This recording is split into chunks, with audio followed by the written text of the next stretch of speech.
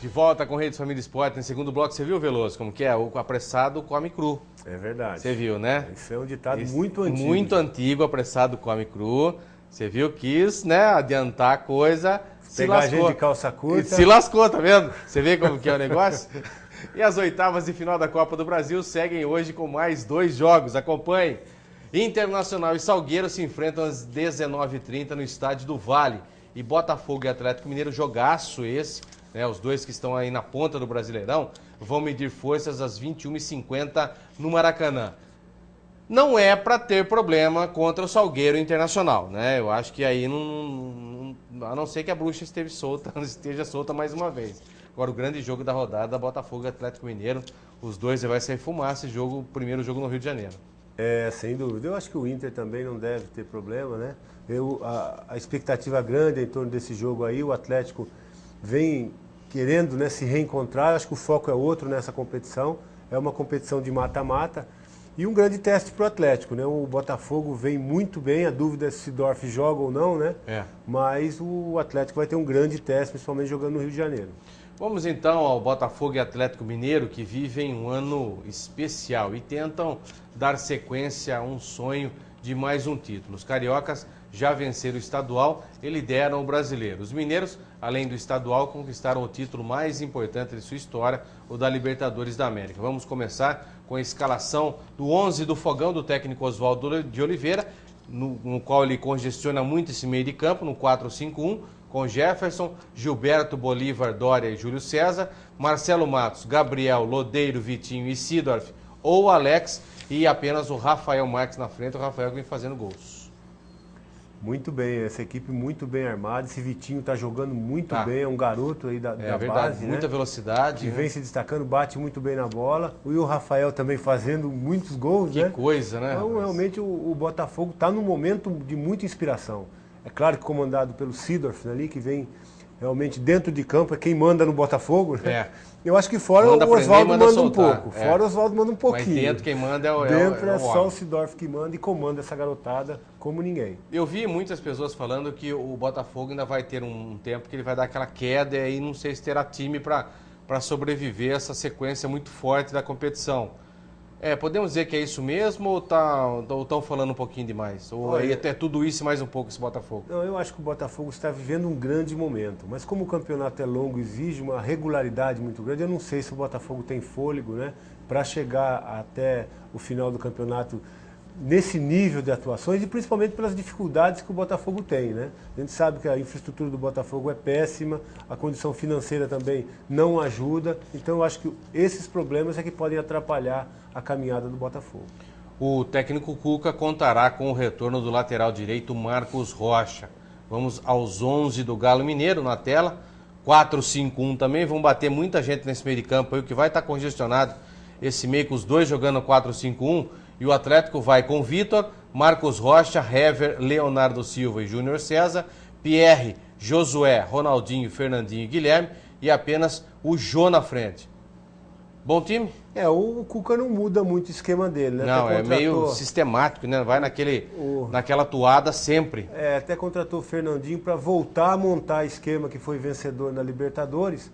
E vamos ver, né? Com a entrada do Fernandinho, que foi expulso na estreia, se ele consegue jogar os 90 minutos e ajudar o Atlético. Eu já disse que eu gosto do jogador, é um jogador de qualidade, mas vamos ver como se encaixa no esquema do Cuca. É justamente isso que eu ia perguntar. O Fernandinho jogando um pouco mais centralizado, não perde um pouco a característica dele, que é um jogador que gosta de jogar um pouco mais aberto, vindo de trás. Normalmente você escala um jogador um pouco mais aberto no meio de campo, para ele aproveitar a velocidade que tem, né?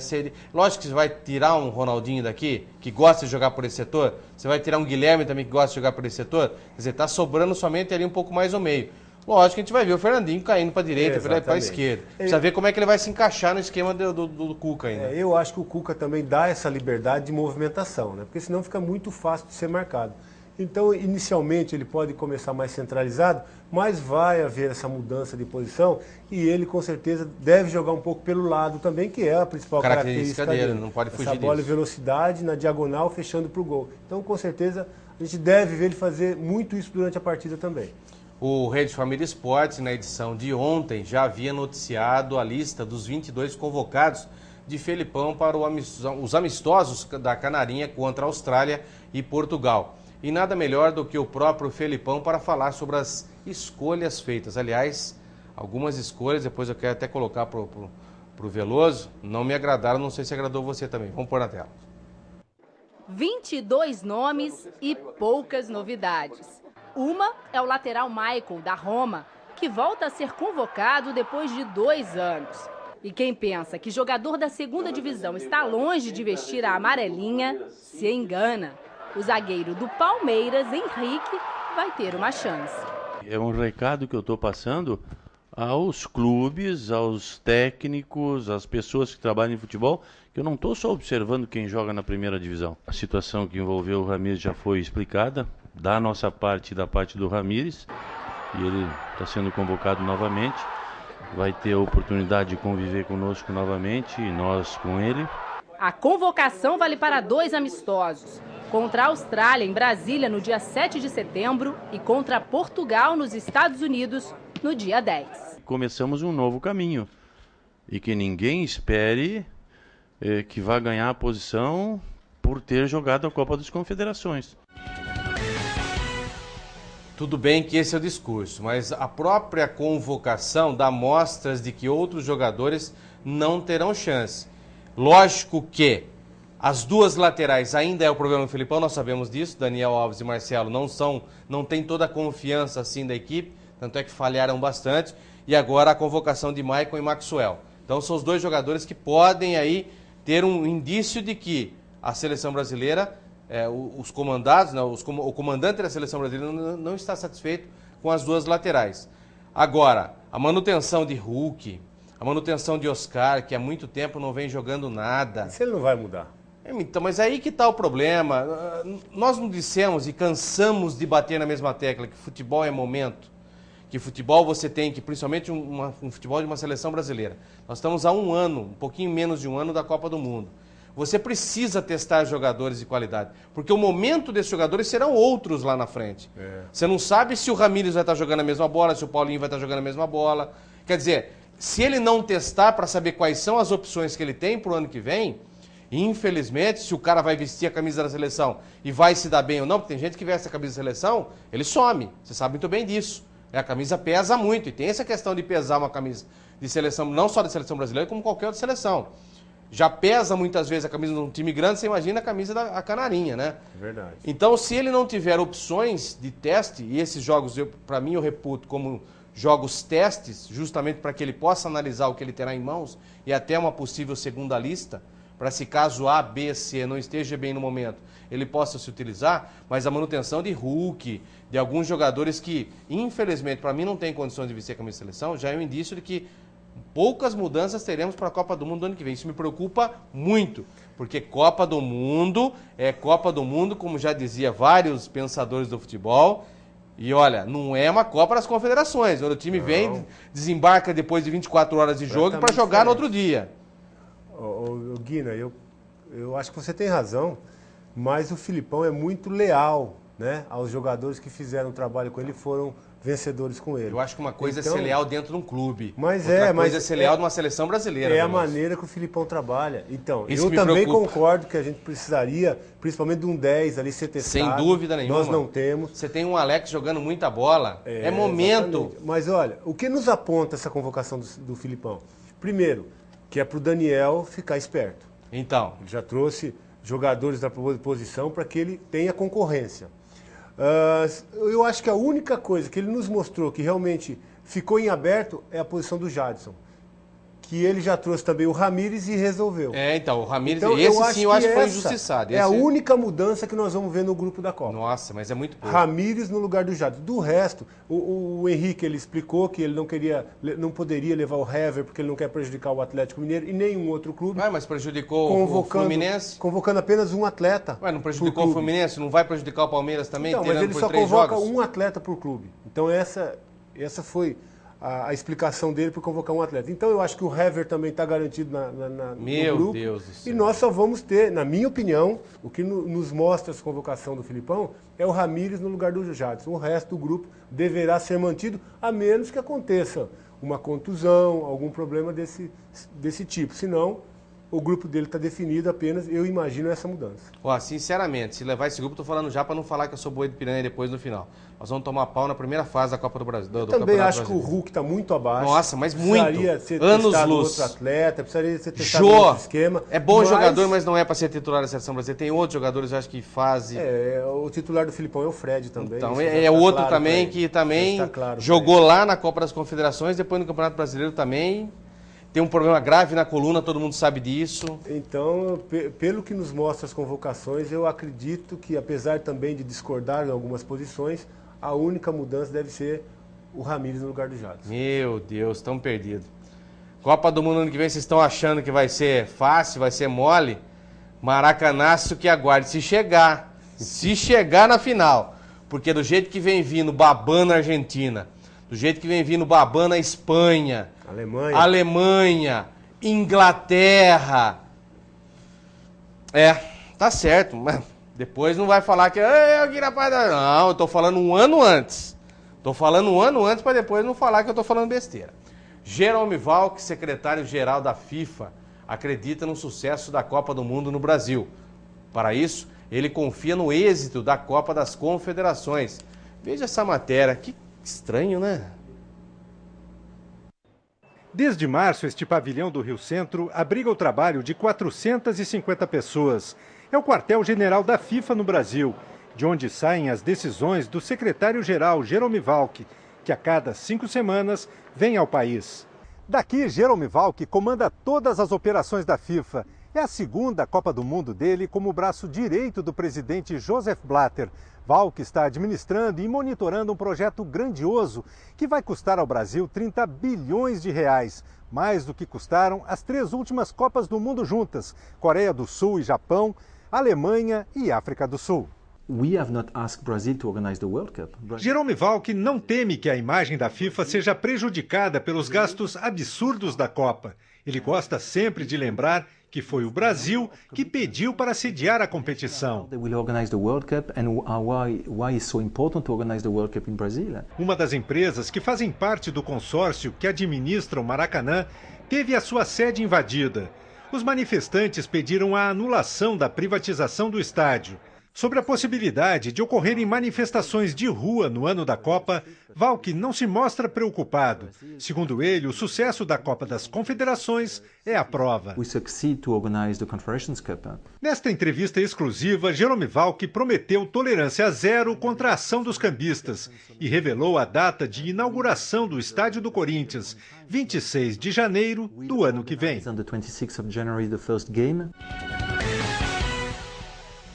O Veloso, é lógico que Jerome Valk não vai entrar em conflito, já entrou em conflito, já foi execrado quase que ele perde o cargo de secretário-geral da FIFA, por algumas declarações meio polêmicas que acabou dando, mas uma coisa eu concordo com ele, quem pediu para ser sede foi o Brasil, então a FIFA não tem que dar muita bola para esse negócio de superfaturamento, quem tem que cuidar disso são as pessoas que estão organizando, né? O comitê organizador local, não adianta também ficar colocando isso no colo da FIFA, porque a FIFA não tem muito o que fazer sobre isso, pô. É claro, a FIFA não tem como controlar se no Mané Garrincha se gasta 1,5 bilhão de reais e no estádio do Beira-Rio se gasta 400, 300 milhões. Então existe uma disparidade em que a FIFA não tem responsabilidade nenhuma sobre isso. Eu concordo com isso, não tem responsabilidade nenhuma sobre isso, A única coisa que ele pode falar é tomara que seja uma bela Copa. E nós torcemos para que seja também. Porque falta de campo não vai ser, porque os campos vão ser maravilhosos. Né? Os campos estão com uma bela estrutura. Agora, tem outras coisas que também não dá. Negócio de desvio de verba para fazer em torno do estádio. Isso aí não podemos crucificar a FIFA. Pô. Também concordo as pessoas que batem na FIFA por uma coisa que não é delas. Paulo Henrique Ganso no São Paulo, Wesley no Palmeiras, Alexandre Pato no Corinthians, Montijo no Santos. Todos custaram muito aos caixas dos grandes de São Paulo e ainda não renderam o que cada torcida espera. Acompanhe essa matéria. Quase 105 milhões de reais.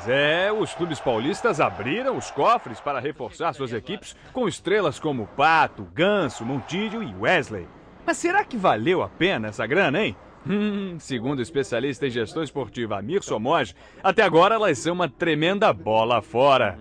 não estão dando o retorno esportivo que o torcedor e o clube esperavam e nem o retorno financeiro. Quando uma grande estrela é contratada, o clube espera que o craque encha não apenas redes, mas também os cofres dos clubes. Alexandre Pato chegou como a transação mais cara do futebol brasileiro de todos os tempos, 40 milhões de reais. Marcou somente 11 golzinhos até agora. Eu fiz a conta, o Corinthians tem aí um custo entre contratações e salários na ordem de 100 milhões de reais. Bom, fora de campo então deve estar vendendo muita camisa, certo? Que nada. Pato não tem prestígio com a torcida, foi vaiado no último jogo. Na equação entre retorno de marketing e retorno dentro de campo, o Zizal valeu mais a pena que o Pato. O Zizal hoje é um nome que tem muito carinho do torcedor corintiano, estamos falando de uma base de consumo de 30 milhões de brasileiros, vende camisa, tem apelo, só que infelizmente ele não tem a habilidade que o Corinthians exige para jogar, né, no time titular. Talvez, de todas as contratações, a mais decepcionante tenha sido a de Paulo Henrique Ganso. São Paulo gastou quase 24 milhões de reais para tirá-lo do Santos, mas até agora não teve retorno. Você tem visto por acaso o Ganso fazer propagandas, aparecer em comerciais de televisão? Pois é, e dentro das 4 linhas, ele ainda luta para ser titular no time de Paulo Autuori. O Santos vendeu Neymar e contratou o argentino Montiel. O jogador brilhou no Cruzeiro, mas pelo Peixe ainda está em dívida com a torcida. Marcou somente 4 gols. Pela conta, rapidamente calculando, são 4 milhões e 300 mil reais para cada golzinho. E o que dizer de Wesley, do Palmeiras? Custou 23 milhões, ficou 7 meses longe por contusão e não conseguiu aumentar os lucros do clube. Casos de Wesley e Ganso são emblemáticos. O clube gastou uma fortuna, está pagando salários para o jogador e o retorno dentro de campo não acontecendo, ele fora de campo também não acontece. De todos esses, tem algum que chama a atenção pelo futebol que sempre apresentou e que hoje não vem apresentando, Veloso? Não, positivamente o Wesley, né? É o único que deu uma melhorada boa. Também está num momento bom, ajudando o Palmeiras. Eu acho que tá em paz com a torcida. Aliás, o Palmeiras queria até negociá-lo e a torcida até protestou, né? Quer que ele continue. Para mim, a maior decepção é o Pato, né? É Pato, é Ganso, né? É tudo penoso. Mas é que o Pato, realmente, a expectativa gerada na contratação, os números envolvendo também essa contratação, geraram uma expectativa muito grande e que não vem sendo correspondido, né? Há 9 meses já no Corinthians, não consegue nem se firmar entre os titulares. Dá para falar sobre alguma coisa sobre isso? Do que é essa fase do Pato? Por que não joga? Por que não rende? Reclamou de sequência de jogo, o Tite deu sequência para ele, mesmo assim ele não consegue. Na verdade é um jogador que não conseguiu jogar na Itália também, né? Lá o problema era outro, as lesões o atrapalharam muito, mas aqui o Corinthians está tendo até um cuidado, né, para que ele não se exponha muito às lesões, colocando aos poucos, deixando às vezes jogar um pouco mais, mas mesmo assim o Pato não consegue reencontrar o seu grande futebol. E é sempre uma expectativa de que realmente ele faça um grande jogo e volte a fazer gols, né? Mas parece que ele tem também uma vida extracampo um pouco conturbado que acaba também deve ser o problema dele. Por mais que ninguém vê o jogador em baladas ou na vida essa boemia, mas é um jogador, acho que, não sei o que acontece com ele, não dá para entender. Se isso fosse o problema dele, todo mundo já tinha detectado o problema e corrigido, vai trancafiar o menino. O pior é que nem isso a gente vê dele também, né?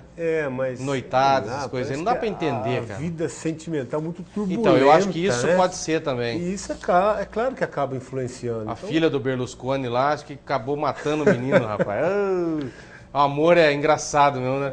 Ou destrói ou constrói. Umas ajudam, né? Outras atrapalham e muito. Ajuda a afundar. Deus, Olívio. Vamos a mais uma parada do Rede Família Esporte. Logo após as nossas mensagens comerciais, voltaremos com a última parte do programa.